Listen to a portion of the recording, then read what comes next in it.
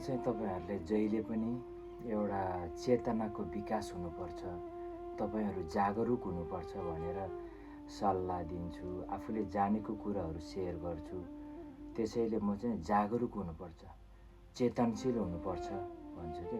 त्यसैले तपाईहरु चाहिँ आध्यात्मिक संसार, स्पिरिचुअल वर्ल्ड, यो भौतिक संसार भन्दा परको कुरा हो। त्यसैले यो जीवन इल्युजन हो, यो सब भ्रम मात्र हो, यो शरीर अनित्य छ भनेर थाहा पाइसकेपछि हामीले चाहिँ बुझ्नुपर्छ कि यो संसार, यो दुनियाँ, यो भौतिक संसार भन्दा अलग पाटो रहेछ।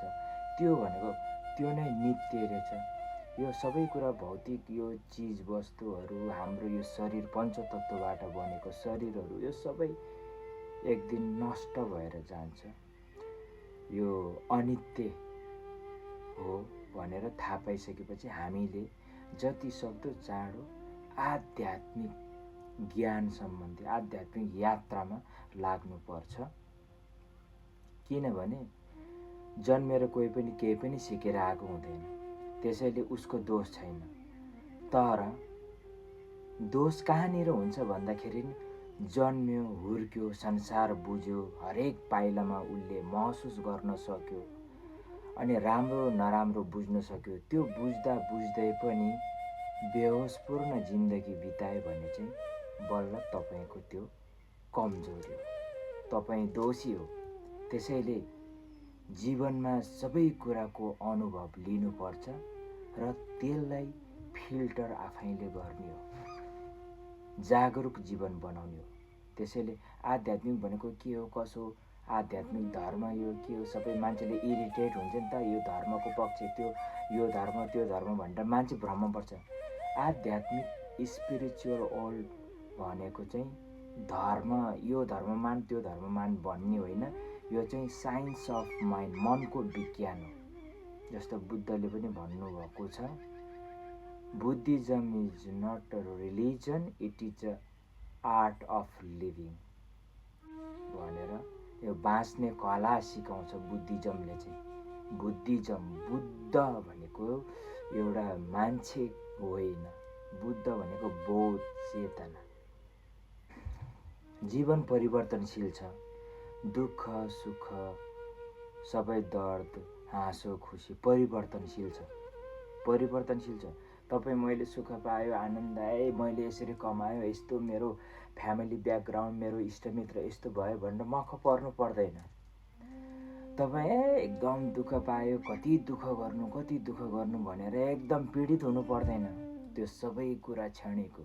त्यसैले यो कुरा क्षणिक भइसक्यो, थाहा बुझेपछि, यो सबै कुरा बुझिसकेपछि हामी ओहो यो स्थायी चाहिँ के रहेछ, पर्मानेन्ट सुख आनन्द, यो थायी सुख आनन्द चाहिँ के रहेछ भनेर आफूले ध्यान गर्ने, खोज गर्ने, अनुसन्धान गर्ने, प्राणायाम गर्ने, योगा गर्ने गर्दाखेरि चाहिँ कस्तो हुन्छ भने यो युनिभर्समा चाहिँ, ब्रह्माण्डमा चाहिँ तपाईको अटोमेटिक ब्रेनसँग कनेक्सन हुन्छ। जसरी त्यो वाइफाई मोबाइलमा कनेक्सन हुन्छ नि, हामीले मोबाइल कनेक्सन भयो कि भएन यहाँ त सिग्नलमा मात्र देख्छ नि त, तर वास्तविक हामीले देख्दैन नि त। हो यसरी युनिभर्सबाट चाहिँ आफूलाई अटोमेटिक पोजिटिभ इनर्जीहरू फ्लो भएर कनेक्सन हुन्छ। जब पोजिटिभ इनर्जी फ्लो भइसकेपछि हाम्रो मन मस्तिष्कमा चाहिँ एकदम सकारात्मक विचारहरू आउँछ। आएपछि चाहिँ तपाईले त्यो राम्रो त्यो नराम्रो, फलाना राम्रो त्यो चाहिँ नराम्रो भन्ने त्यो पक्षपात हुँदैन मनमा। तपाईले चाहिँ समदृष्टिले हेर्न सकिन्छ, अरूलाई करुणाको दृष्टिले हेर्न सकिन्छ। अरू कसैले चाहिँ नराम्रो गरिरहेको भए पनि हेत्तेरी यसको जिन्दगी त अब अचेत अज्ञानताको कारणले उसले चाहिँ जीवन खेर फालिरहेको छ भनेर उल्टै दया जाग्छ के, करुणा जाग्छ। अनि त्यसैले हामीले प्रे गर्नुपर्छ। बिहान बिहान किन प्रे गर्नुपर्छ? सबै प्राणी हितको लागि प्रे गर्नुपर्छ। सबै प्राणीको हित कल्याण चाहेपछि तपाईँ आफ्नो कल्याण आफ्नो हित हुन्छ भन्ने कुरा चाहिँ बिर्सिनु हुँदैन। किनकि हाम्रो पञ्चतत्वको शरीर हुन्जेल हामीले प्रार्थना, ध्यान, भक्ति, यो संसारलाई, भौतिक संसारलाई देख्ने र त्यसलाई उपभोग गर्ने यो पञ्चतत्त्वको शरीरबाट हो।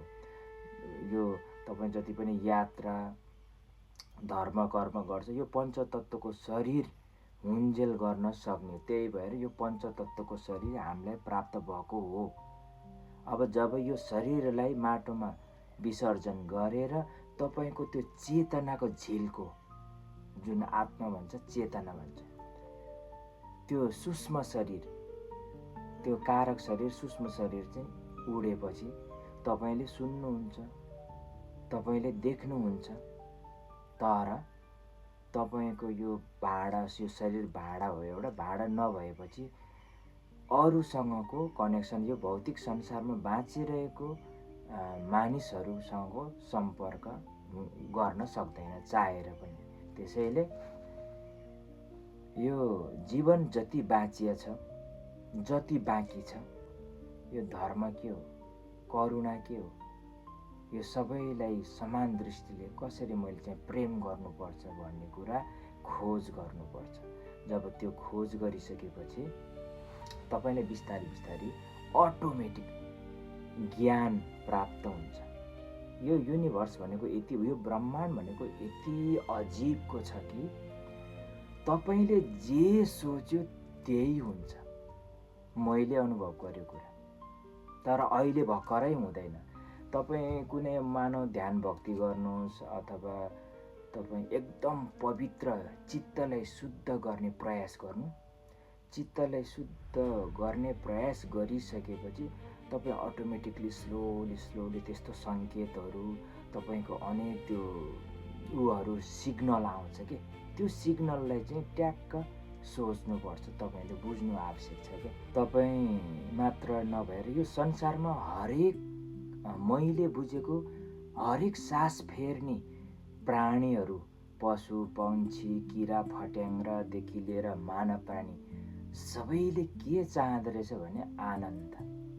आनन्द, कसैबाट आफूलाई पीडा पनि नहोस्, आफूले अरूलाई पीडा पनि दिन नपरोस् भनेर एउटा सुखवती लोक जस्तो, अमिताभ बुद्धको लोक जस्तो चाहँदो रहेछ नि त। हो, त्यसरी जसले शान्त, म आनन्दसँग बस्न चाहन्छु भन्ने सोच्नुहुन्छ, ऊ भित्रको, आफूभित्रको चित्तलाई शान्त बनाउन सक्नुपर्छ। जब चित्तलाई शान्त बनाउन सक्यो, मन चित्त जब विचारलाई एकदम कुल डाउन, धेरै चलेन, विचार चलेन, एकदम आनन्दसँग चाहिँ नि कुल डाउन भएर उ गर्यो भने बिस्तारै बिस्तारै सबै शान्त हुन्छ, आनन्द हुन्छ। आनन्द भनेको त पैसाबाट, धन सम्पत्ति, इष्टमित्र, आफन्त, यो कुनै पनि तपाईँको भौतिक चिजवस्तुबाट होइन रहेछ भनेर बुझिन्छ।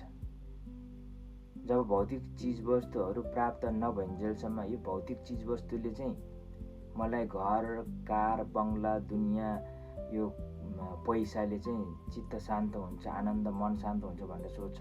तर त्यो प्राप्त भइसकेपछि चाहिँ त्यो हुँदैन रहेछ भन्ने कुराको चेतना बोध हुन्छ। हामीले त्यो भौतिक सबै चिज वस्तुहरू प्राप्त नगरिँदैमा यो कुरालाई बोध हुनुपर्छ। तब संसार सबै बुझिसकेपछि यो भ्रम मात्र हो। हामीले चाहिँ चेतना, आत्मालाई शुद्ध बनाउनु पर्ने रहेछ। त्यो नै धर्मको स्वभाव हो। धर्म भनेको त्यो आफ्नो चित्तलाई शुद्ध बनाउने, आफ्नो स्वभावलाई परिवर्तन गर्ने, शान्त चाहने र अरूलाई पनि शान्त होस् भन्ने कामना गर्नु नै सबैभन्दा अति आनन्द हो। त्यसैले यो सबै कुरा निष्कर्षमा चाहिँ के आउँछ भने तपाईँ जहाँ छ, जस्तो अवस्थामा छ, जस्तै सुकै अवस्थामा भए पनि ठिक छ, आनन्द। मेरो कर्ममा, मेरो सञ्चित कर्म, प्रारब्ध कर्मको मिश्रणमा यो सबै हिसाब किताबहरू हुँदैछ, टाढ्दैछ, त्यसको लागि म स्वीकार्य छु भनेर आफूले सन्तुष्ट बनाइसकेपछि तपाईँको मन विक्षिप्त हुँदैन, बिस्तारै शान्त भएर हुन्छ। मन शान्त भएपछि तपाईँ कसैले के भन्यो मलाई, कसैले कुरा काट्यो, कसैले मलाई आलोचना निन्दा गर्दैछ, कसैले मलाई चाहिँ नि नराम्रो गर्दैछ कि भन्ने कुराको भ्रम हुँदैन, आनन्द हुन्छ।